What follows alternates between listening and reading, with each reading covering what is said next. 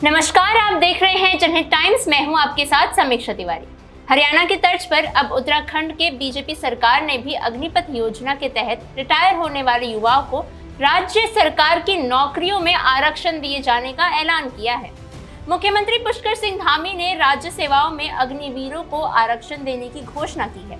CM ने अफसरों को योजना तैयार करने के लिए कहा है। इसके अलावा एक कौशल विकास योजना भी तैयार की जा रही है। इस योजना में उत्तराखंड पुलिस और अन्य राज्य सरकार के विभागों में अग्निवीरों की भर्ती के प्रस्ताव शामिल है। इसके अतिरिक्त रिटायर अग्निवीरों को विभिन्न क्षेत्रों में रोजगार संबंधित परीक्षण देने के लिए एक कौशल विकास कार्यक्रम तैयार किया जा रहा है।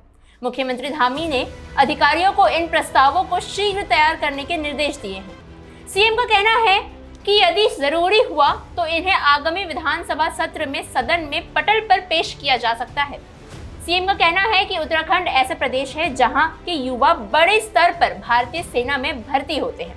सेना में 4 साल की सेवा पूरी करने के बाद अग्निवीरों को नियोजित करने में राज्य सरकार अपनी तरफ से कोई कसर बाकी नहीं रखेगी।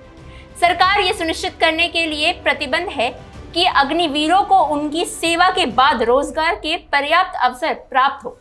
मुख्यमंत्री ने इस बात पर जोर दिया है कि राज्य सरकार इन युवाओं के रोजगार की सुविधा में कोई कसर नहीं छोड़ेगी, जिससे वे राज्य के विकास में योगदान दे सके। उन्होंने ये भी कहा है कि यदि जरूरी हुआ तो इस योजना के लिए आरक्षण के प्रावधानों या नए कानूनों पर विचार भी किया जाएगा। इससे पहले 17 जुलाई को हरियाणा सरकार ने भी अग्निपथ योजना के माध्यम से सेना के रिटायर होने वाले अग्निवीरों के लिए पुलिस और खनन गार्ड की नौकरियों में 10% आरक्षण की घोषणा की थी।